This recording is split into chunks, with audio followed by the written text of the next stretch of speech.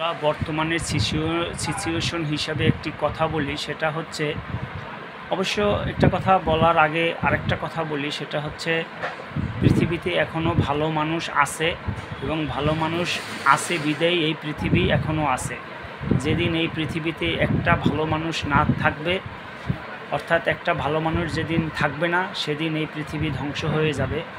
বর্তমান পরিবেশে অনেক কিছুই দেখে আসলে সহ্য করা যায় না, তারপরও সহ্য করতে হয় পরিস্থিতির কারণে।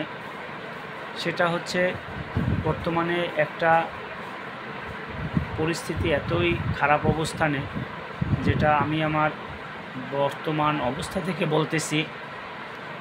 আপনি যদি চেষ্টা করেন বা ইচ্ছা করেন আকাশের তারা গুনতে পারবেন, কিন্তু একটা মেয়ে মানুষের মনে কয়টি ছেলে আছে সেটা আপনি কোনোদিন বলতে পারবেন না।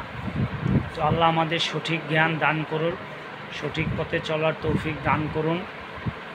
বিশেষ করে আমাদের বোনদের দৃষ্টি আকর্ষণ করে বলছি, অনুগ্রহপূর্বক আপনারা অবশ্যই